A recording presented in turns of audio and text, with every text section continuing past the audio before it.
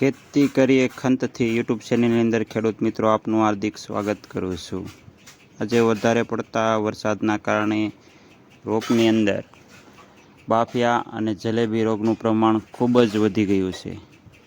તો તેના સચોટ નિયંત્રણ માટે આપણે પગલાં લેવા જોઈએ। જો તમારે પણ આ જલેબી રોગથી પરેશાન હો તો યુપીએલનું કુપ્રોફિક્સ નામની ફંગીસાઇડ આવે છે, જેમાં કોપર સલ્ફેટ 47.15% અને મેન્કોજેબ 30% નામનું ટેકનિક આવે છે।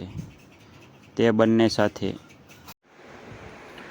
કુપ્રોફિક્સ 1 એકરે 1 કિલોગ્રામ અને એમોનિયમ સલ્ફેટ 1 એકરે 50 ગ્રામ બંનેનું મિક્સ કરીને ઉપરથી છંટકાવ કરી દેવામાં આવે તો ખૂબ જ સારા પરિણામ આવે છે। કુપ્રોફિક્સની અંદર ડીપ પ્રેસ સિસ્ટમને કારણે તે જમીનની અંદર સહેલાઈથી પસરી જાય છે।